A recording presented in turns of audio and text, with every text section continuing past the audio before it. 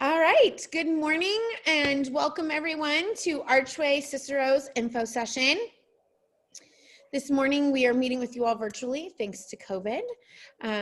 Hopefully next year we'll be back to doing a normal info session where you get to come on campus and get a view of a little taste of what our campus is like. This morning we have a few people here joining us. My name is Leah Guichon and I am the headmaster here at Archway Cicero. I'd like to take a second to introduce you to Edward Blair, our assistant headmaster. Hello, good morning. Nice to meet you all. Looking forward to hopefully a great year next year with you guys. Really excited for you guys and excited to share some things with you guys today. And then we have Ginger Brooks down here in the corner.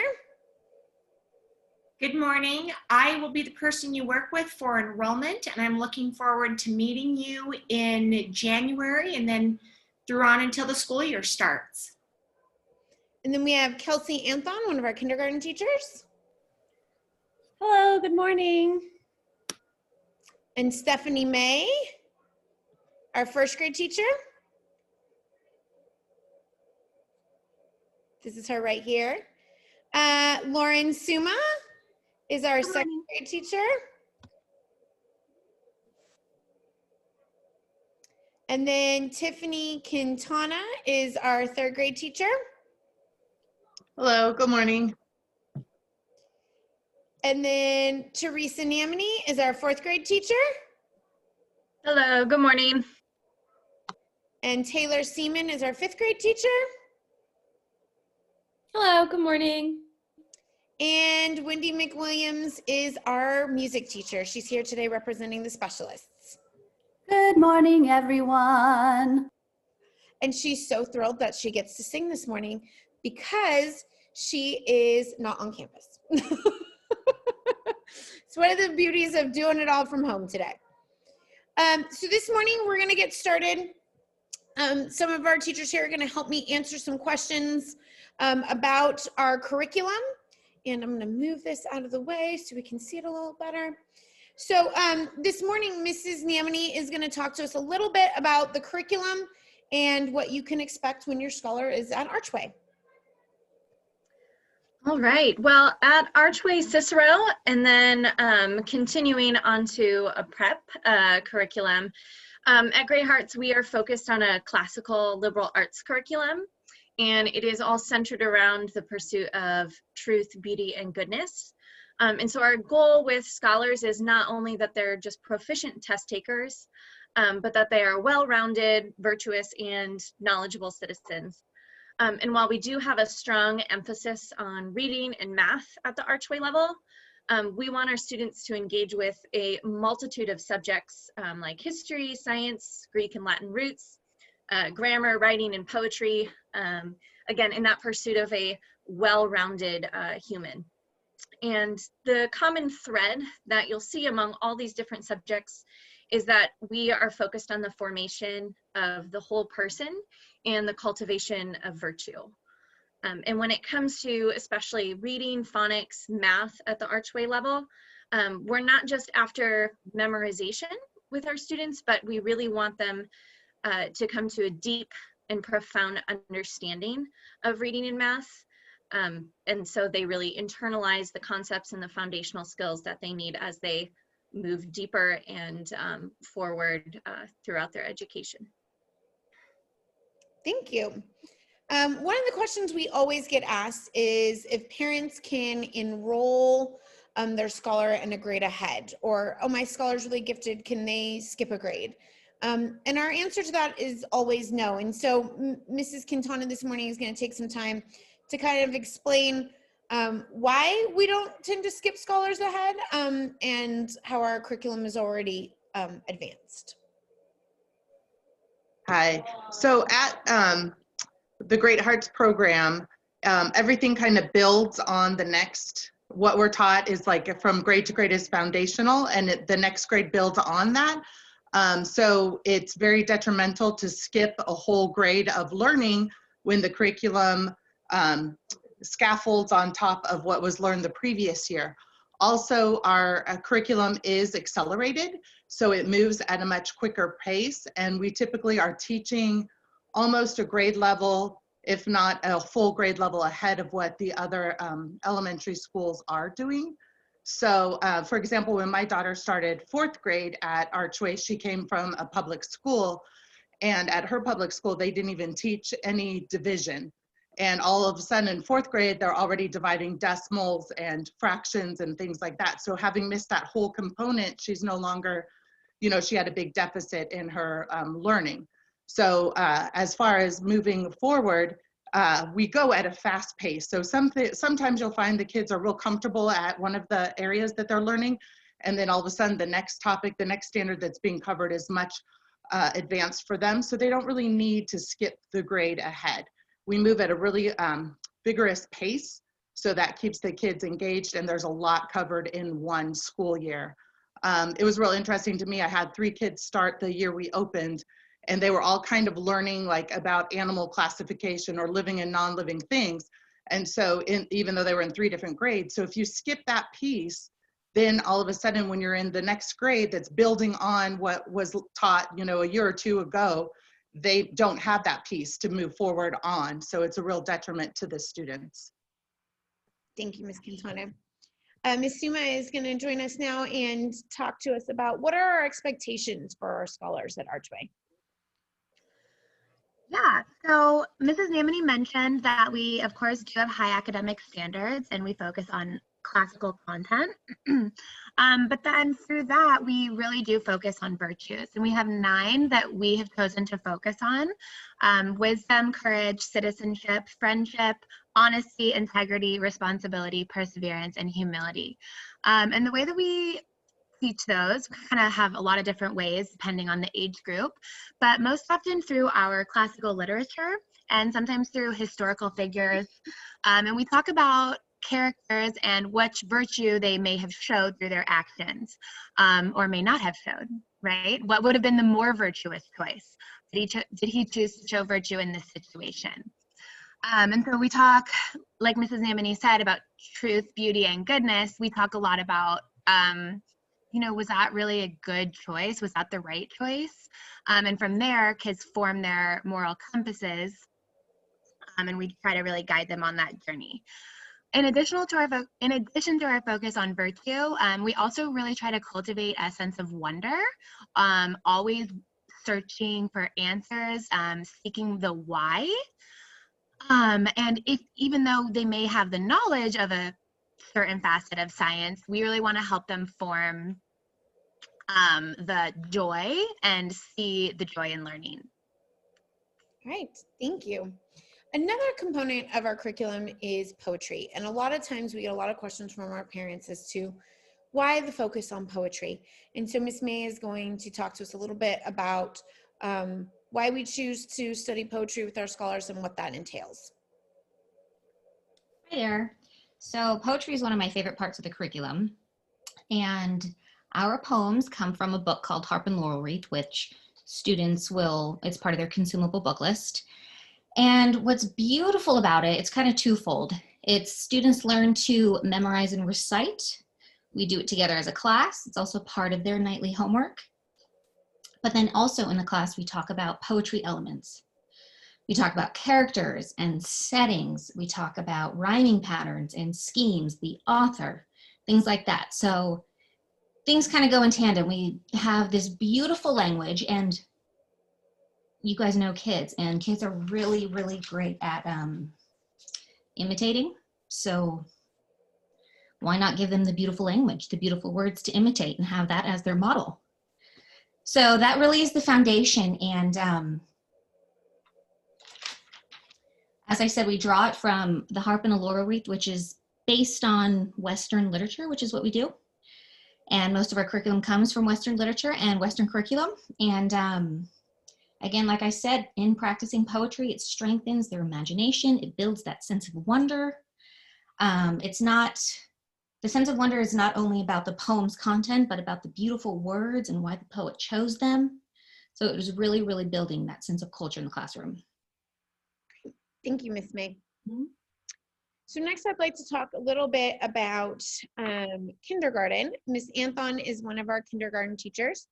And so she's going to talk about specifically what are our expectations that we have for our kinder students, and what things should our kinder students know when they're coming in? Miss Anthon? Sure. Good morning. So as you saw on the previous slide, we start with our kindergartners the same curriculum that continues through third grade. So when students come into kindergarten, we are teaching mainly with all those subjects how to go to school and how to be a student. And a lot of that goes in line with our curriculum as we're teaching it, as we're teaching Spalding. We're also teaching students how to sit properly in school and how to write. And when we're reading stories in language arts, we're focusing on skills like raising our hands and speaking in class and discussing things. And so one of the main virtues that we focus on in kindergarten is learning about responsibility and being a well-rounded student so that they can be successful for all the years at our Archway and then on to prep. We read The Grasshopper and the Ants, and understanding there is a time for work and there is a time for play. And so in kindergarten we have a lot of play too, with successes. We know that in class it's our time to focus on our learning and our skills, and so kindergartners are expected to come into the classroom on their own, and they have a place for their backpack. They're expected to do all these things like take their materials out on their own, sit at their desk, keep their desks organized, and we teach them that very clearly and through a routine. And then they're also expected to do homework at night. So we ask them to read at night in the beginning. Parents are mostly reading to their scholars. And then when we teach reading at school, we practice it at school, and then they practice at night too. By the end of the year, we have all of our scholars reading in leveled reader books, and also doing math skills like addition and subtraction within 10. Oftentimes, Miss Anthon, a lot of our families will ask, what are the things that we need to do as a family to get our scholar ready to enter kindergarten? What skills should our families be working on at home and their scholars should already kind of have under their belt prior to entry into kinder? Yeah, absolutely. So we do begin the year jumping right off with our Spalding program, and that teaches the sounds of our letters. We call them phonograms. We don't focus as much on letter names, although that is a key skill for literacy, so a foundation of literacy. And so we expect our kindergartners to know their letters coming in, not just to say the alphabet, but to be able to pick a letter in random order from the alphabet, identify it, what the letter name is. And a great way to practice that is using letter magnets at home or flashcards or looking at street signs around and just kind of picking out letters. The same goes with numbers, at least counting up to 20 and then able to see numbers within 10 and know what the symbol is for correlating number. Other than academics, we also, because we do move through the curriculum at a quicker pace, and we do teach those virtues of responsibility and perseverance, we expect our kindergartners to be able to focus on non-technology. So we don't use iPads for at least 15 minutes, maybe longer. So there is that sustained focus for listening and learning in the classroom. Be able to tie their shoes or button their pants, and if not, then have like a Velcro or some sort of thing that they can maneuver on their own so that they can independently take care of those things in the classroom, and zippers like their backpacks and lunch boxes.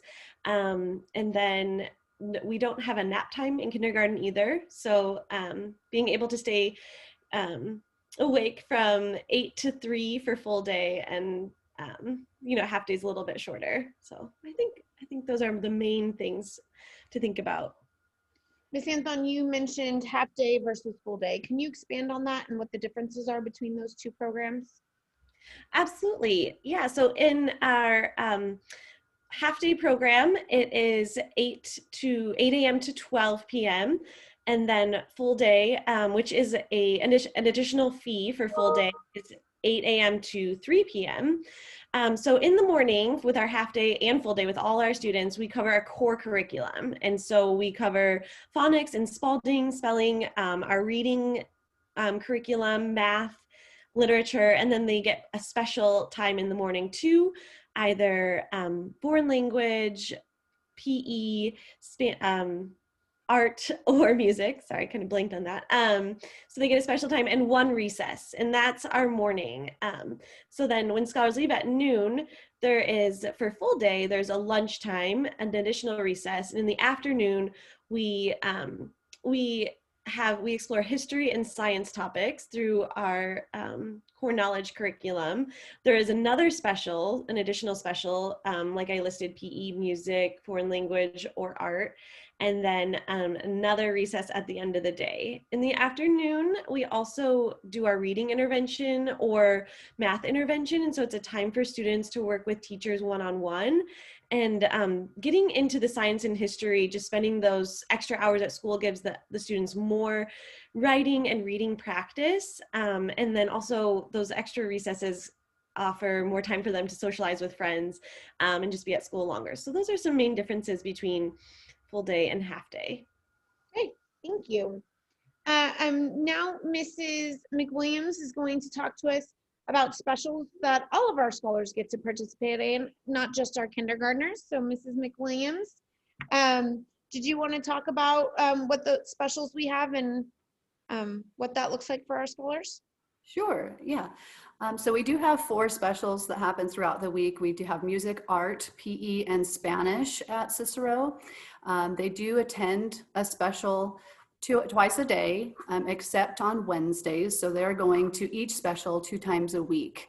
I can say, especially in music, that we have a lot of fun, and it is connected still to their learning in the classroom, but it is a chance for them to move around in a different way and study music in kind of a fun setting. So it gives them a little bit of a body break, a brain break from being at the desk, but still in learning and cultivating that sense of wonder. That happens in all of our specials, really, and we try to tie everything back to what they're learning in the classroom, whether that be history or science or math. Especially, we talk about fractions in music. In PE, they're doing things like teamwork and building those virtues that we've already discussed today. Those things all happen in all of the specials, having to work with a classmate, conversing in Spanish, trying to build up that camaraderie with the other students in the class, and taking turns, raising our hand. All of those kinds of things also happen in specials. They do get to run around per se in PE, but they're also learning about their bodies and muscles and naming them and things like that, working on a team in a sport and learning the rules of that sport.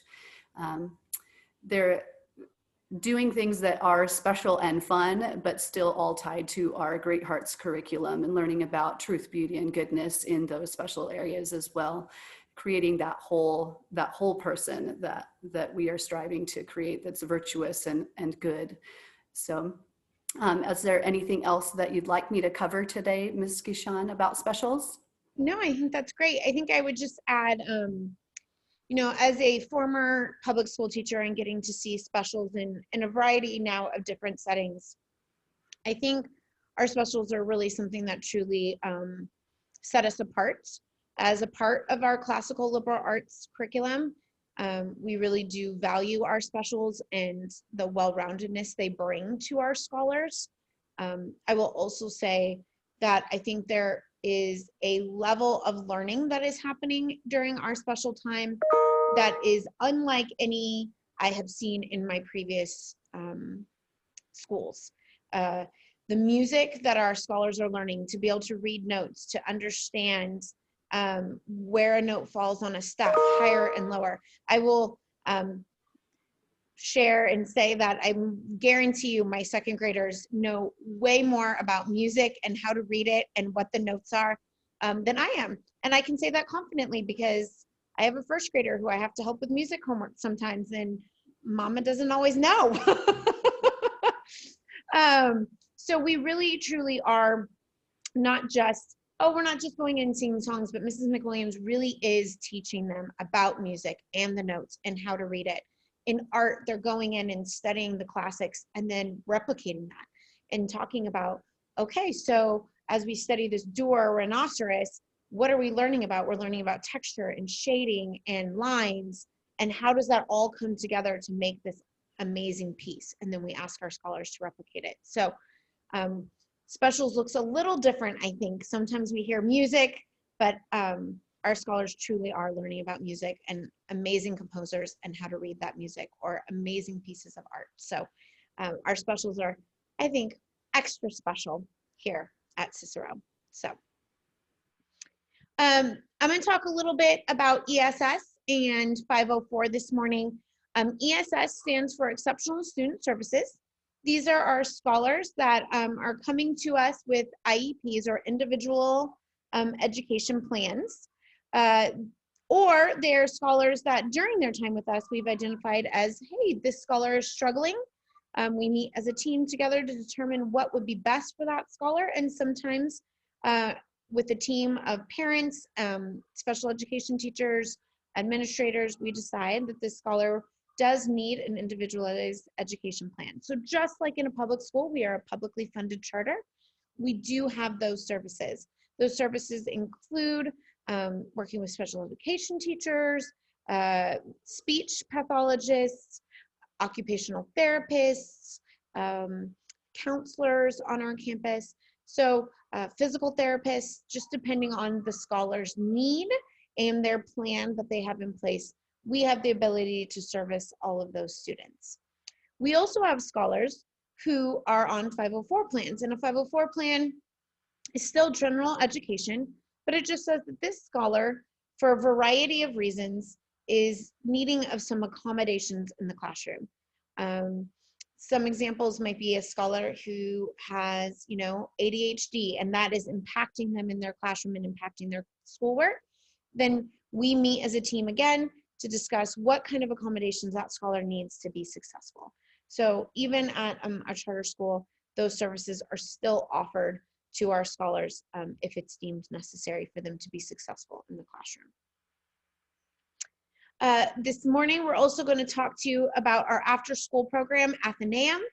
Mr. Blair actually was the former coordinator for our ATHENAEUM program, so we're going to turn it over to him to talk to you a little bit about what you can expect if your scholar attends ATHENAEUM. Awesome, thank you. Yeah, so a little bit about our after-school program. One of the things that kind of differs us from a lot of other after-school programs is that we really look at it as an extension to the school day. So one of the advantages of actually being in ATHENAEUM at Great Hearts is that we follow a lot of the same things that the scholars will actually go throughout the day: the discipline, the virtues that Ms. Suma talked about, the curriculum. The after-school program actually follows a monthly curriculum, which is tailored around what the students are learning in the school day as well too. So a typical day for your scholar might look something like they get out of school, they have their snack, usually spend about 45 minutes on homework.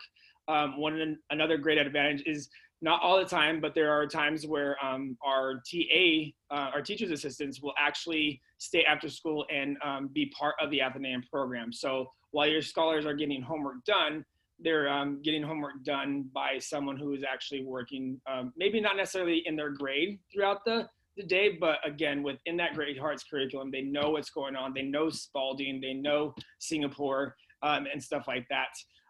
It is a fee-based program, so they do have multiple options for you to choose from. They have 4 options that you can choose from.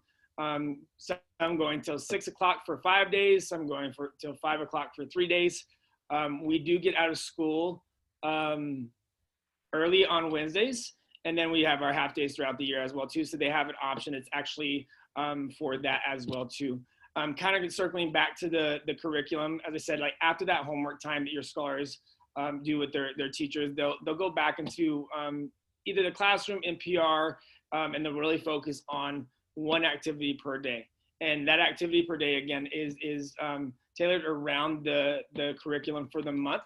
So it's not like the students are just coming. I've been in many after-school programs over the last 15 years, and it's not necessarily just they come to the after-school program and they're playing outside and not getting their homework done and then coming home at 5 or 6 o'clock. And they still have all their homework and everything that needs to be done as well too. There are different options. We do have some parents that much rather do the homework with their students, and then you just let the coordinator know that that's the option that you're going with. So at that time when students are doing homework, the scholar is still doing something such as reading or something along those lines, just to keep them active and engaged. Again, that extension of the day rather than just after school care. And so with that, they actually do have a summer program. The summer program runs in the month of June, and it's you can sign up for it week to week on a week-to-week basis. So that usually looks anywhere from like 8 to 5 o'clock. Again, they are following a full-on curriculum that is developed for the summer program. We do have a kinder program as well too during the summer. I highly recommend that from a parent perspective as well. My daughter came into Archway Cicero last year as a kinder student, and she had been in preschool since she was 3. So she was really used to, the reading and, lining up and doing all that stuff. But as we kind of discussed today, it's a little bit different in the sense that we hold our scholars to like a standard, and like Ms. Anthon was talking about, like really making sure that they are ready to go, because whenever they get to our kindergarten classroom, it could be essentially like a cultural shock for them, especially if they haven't been in preschool. And even if they have been in preschool, it may not be something that they're absolutely used to. So again, our kinder program is really an introduction into what they're about to see in August. And I can say from a parent perspective that my daughter, when she was in the kinder program, it was so awesome that on the first day of school, it was also my first day as the assistant headmaster. So my nerves might have been a little bit higher than normal, but they didn't need to be even more high, because it was her first day. She was so excited that she was about to see 25 of the students that she already knew from the summer program. And so she wasn't going into August brand new. She was going into August like, Dad, I can't wait to see so-and-so and so-and-so and so-and-so. I hope they're in my class. So that's a really big part as well too. You do see a big difference, at least from my experience. You see a difference in the ones that attend the summer program on day 1 and the ones that are kind of like, where am I going? What's this school? What's it going to be like? So the kinder program really does just get them prepared, not only for the curriculum, but as well as for the expectations, kind of some of those procedures, lining up, what lunch looks like, because they do all that stuff in the summer program. So definitely highly recommend it.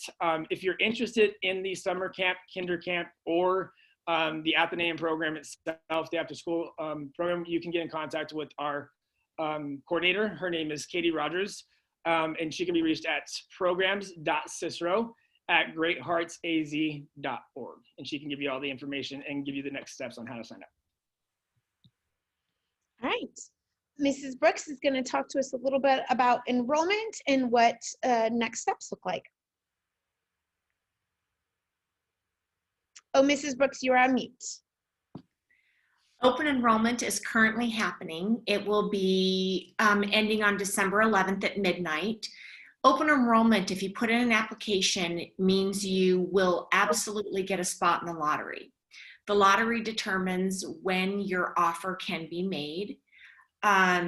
We typically, just so you know, we typically take in about 300 kinder applications, and that seems really daunting to a family when you get your wait list number and your number 301, and you know that we're only going to have approximately 90 seats. But I do want to let you know that the kinder list especially is made up of a variety of different types of families that aren't sure whether they're going to send their kindergartner, but want to make sure that they have the option.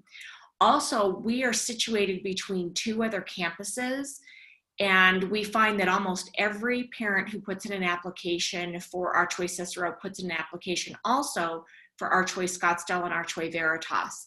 So while all of our wait lists might be huge, as we are making offers, families will move in and out of our campus as far as being enrolled. So on December 19th, that lottery is going to happen. And then on December 20th, we will start making offers.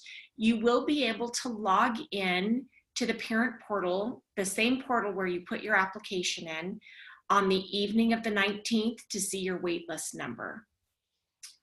Feel free, if you have any questions, to contact the school for a little deeper detail on how this works. But once we start making offers, that first round, we typically make a very large amount because we know we're going to have families move in and out of enrollment. We give families approximately 2 weeks. After that first round ends, you will get through probably May, you will get 4 to 5 days, including a weekend, to get everything into the school to complete registration. Once we get to June, when we are making offers, it's going to get a little smaller. That window is going to go down to 2 or 3 days that you'll have to get all of your paperwork in, your registration completed online. By the way, your offer is going to come through the same email that you put your application into the system with. So be watching for emails to come through there. I will also be emailing you just so that you get used to communications from the school. Let's see, the process of registration. You will accept or decline the offer. If you accept it, you will then fill out your registration packet. Your registration packet's going to take you probably 20 to 25 minutes to complete, and there are supporting documents that you will have to send in with your packet. I would recommend you get your hands on these things now. For some reason, this really catches a lot of parents off guard. You will need your original birth certificate or a certified copy. You will need your immunizations from your doctor's office on your doctor's office letterhead. You will also need a piece of mail, bill, wage statement, car registration, lease agreement, rental deed, home deed, to prove your residency for proof of Arizona. We are a publicly funded charter school, which means that we receive public funds. We follow the Arizona Department of Education guidelines on all registration. The kinder, I wanted to touch base, Ms. Anthon, thank you for bringing up that there is a cost for full day. The state of Arizona covers half-day kinder. Full-day kinder is $375 a month. We ask parents to set up an automatic withdrawal with our system. We will help you walk through that process for full-day kinder. And let's see, I think that's it. And anybody who puts in an offer or puts in an application after December 11th will still be eligible for enrollment for this next school year. You can put an application until August 30th for that school year. You just won't be in the lottery. So you would fill in right after the end of the last lottery number. If you have any questions, I would love to refer you to our website, which is archwaycicero.org. It will have lots of information. For instance, it has, if you want to get a look at the types of books that we read, you can see that there's a lot of tabs that you can press on the right side of the homepage that will guide you through things that we are doing this year. Thank you, Mrs. Gishan. As well as you'll be able to find things like the ATHENAEUM information. The PDF is there for you. Contact information is there for you. We will upload a school draft calendar, most likely by February 1st, onto the website. We will have a school year readiness packet that will help you prepare for the school year. And of course, if you have any questions, please don't hesitate to call the office. We can be reached through email or phone, 480-424-1790. I look forward to chatting with you. Thank you, Mrs. Brooks. And so she mentioned, this is a picture of our website landing page. I also included under the apply section, there's also a virtual tour. We know this year that due to COVID, we have not had tours the way we normally have. We have started offering some now on Mondays and Tuesdays, but it's just limited to 2 families. So if you aren't able to get in for a tour, you can watch a virtual tour that is located on our website under that Apply tab. That's also where you can apply, join our interest list. We can also locate emails for myself or Mrs. Brooks or Mr. Blair if you have questions for us or any of our teachers. There is a landing page there that you can find all of our email addresses to reach out to us. So at this point, if there are any questions, if you can go ahead and place those in the chat, I would be happy to answer any questions that you have at this time.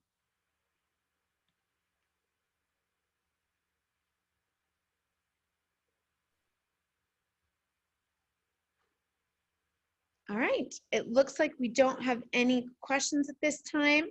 So thank you all so much for coming. If you have any questions, you think of anything later, please reach out to us via email or call the school, and we would be happy to help. Thank you again for coming. I hope you have a great day.